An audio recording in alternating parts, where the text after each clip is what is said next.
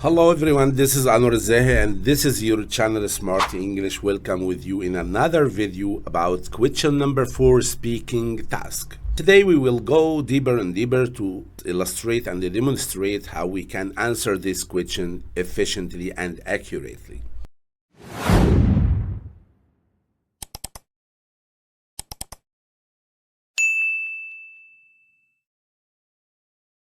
Just follow me and focus on what I'm saying here in this video to know more about question number 4, techniques and strategies. TOEFL speaking question, the description. Number 1, we will have the description of the whole process about speaking task number 4.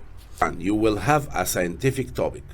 Whatever it was the topic that you are dealing with, it doesn't matter because you will know that there is a variety of topics that you will deal with.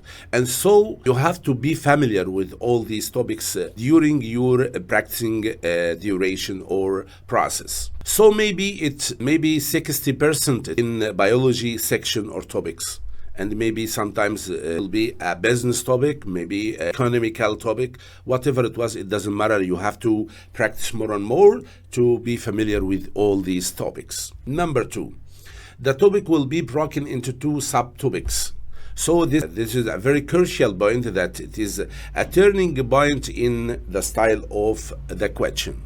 So you have to put in your mind that this main definition will be divided into 2 subsequent topics. Number 3, it will delve into subtopic description. So you will listen to tons of informations about a certain topic divided into 2 pieces or 2 theories or 2 aspects, okay? So now number 4, give us a description about the formation or the features of this question number 4 in the speaking task. It will be like this: subtopic and a description to this topic, and in the end you will be given an example describing the main idea. To move on to number 5, you should have the ability to summarize clearly. It's a very important point here, number 5, because if you don't have a good ability to summarize what you are listening into the lecture, you will not answer this question efficiently and accurately. You will miss some points and some ideas while you are dealing with this question. So you have to practice more and more to train yourself to paraphrase or demonstrate what is provided into the topic. Number 6, as you know, you have only 20 seconds to prepare your answer, and for the professional students, it is a suitable period of time. But for the beginners and the students who have some difficulties, it is not suitable for them because they need more and more time to prepare for this question. So make sure that you practice well. Again and again, do your best in practicing on this question and prepare your answer in just only 20 seconds and order and organize your ideas before speaking. And moreover, you have to know that you have only 1 minute, 60 seconds to speak. The second step is taking notes on this question. All of the students misunderstanding how they take notes efficiently. So I give you here a suitable answer to this question. How can I take notes while I'm listening to the lecture? First of all, you have to make abbreviations to the words, omit all the vowels into the words, and just focus on the important and the crucial points that the lecturer mentioned into the lecture. First of all, you have to give a definition in the first step here. What is the topic about? The definition that mentioned by the lecturer into the audio. And you have to just give an illustration for this point, no more than 10 seconds. Number 2, the first subtopic. This is the first idea. This is the first example that mentioned by the lecturer into the audio. And also you have to give details and examples on this first subtopic. And don't take more than 25 seconds on describing or giving examples and details on this topic. Number 4, this is the second idea that divided by the author or the lecturer into the lecture. So you have to mention the second subtopic that the lecturer mentioned into the audio. And don't forget to give an example an illustration to the example into the second subtopic, okay? And don't forget to take just only 25 seconds on covering all these steps. So the total amount of seconds, or the total number of seconds, is 60 seconds. Let's move on to talk about the response outlines, the headlines, the outlines, the description to this process. What does it look like? The first one is to introduce the topic and elaborate on the topic.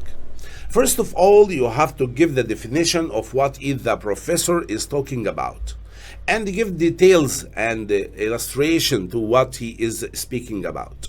This is the first step, and you, as we said before, don't take more than 10 seconds in this giving a description to this topic.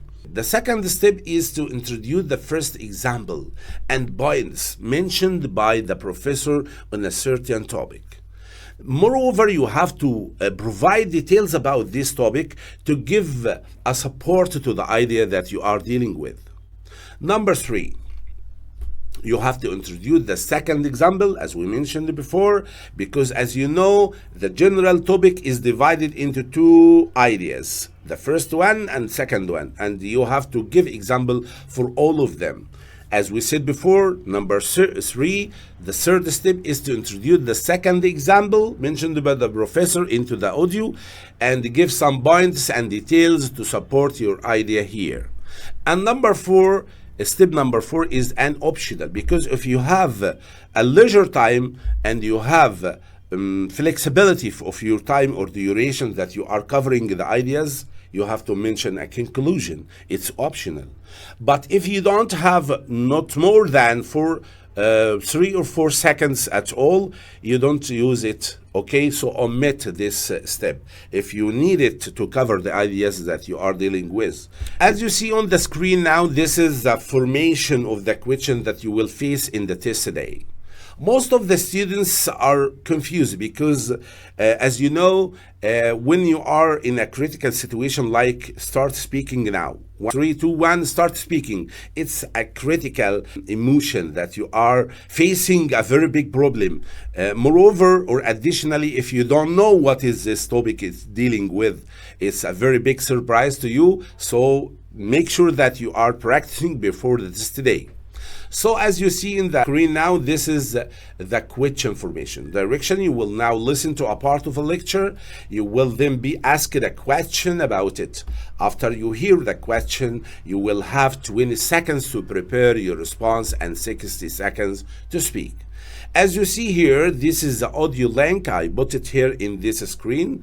And if you want this PDFs and the links, just call me on WhatsApp on the screen now, and I will give you a great amount of PDFs and worksheets to prepare and help you prepare yourself before the test today. Now, if we click on this link, we will listen now immediately to the lecture. Let's get started. Today, we're going to talk about human aggression. Now, you probably see aggression every day when people are angry in cars or pushy on the subway.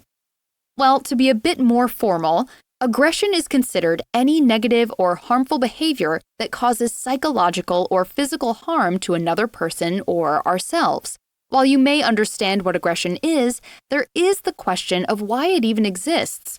In the field of psychology, there are 2 main theories as to why aggression exists. Many researchers believe that aggression is a product of evolution. Most agree that men are more likely than women to act aggressively, and this is most likely due to the need for males to display dominance over others. In the past, and still a bit today, men felt the need to act aggressive in order to both protect their mate and perpetuate their genes. Females tended to gravitate towards males they felt could keep them and their eventual offspring safe. The world was much more dangerous back then, and safety was of paramount concern, which is why more aggressive males were more likely to pass on their genes to future generations. There are psychoanalysts who disagree with this, however. Another popular account of why aggression exists is known as social learning theory, which takes the stance that aggression is something human beings learn to do, not something innate or instinctual. For example, research has proven that aggressive reactions are more common in certain social environments. Children who observe violence at home are more likely to exhibit violent behavior. Further still, children from homes that are relatively calm but who are exposed to violence through movies or video games also demonstrate aggressive behavior more often. The professor goes into a ton of details about human aggressions, which is a behavior that causes a person to experience psychological or physical harm. After introducing the topic, the lecturer describes two theories about why aggression exists. The first theory is that aggression is a product of evolution. In the past, life was much more dangerous than it is today. And so males would act aggressively in order to show that they can protect their mates and offspring. Women gravitated towards more aggressive men and passed on this trait through their genes. She goes on to say that another popular theory on aggression is known as the social learning theory, which proposes that aggression is a learned behavior. For example, children who observe a lot of violence at home or through movies and video games are more likely to demonstrate aggressive behavior towards others. So after hearing the lecture, I now have a better understanding of human aggression and why it exists.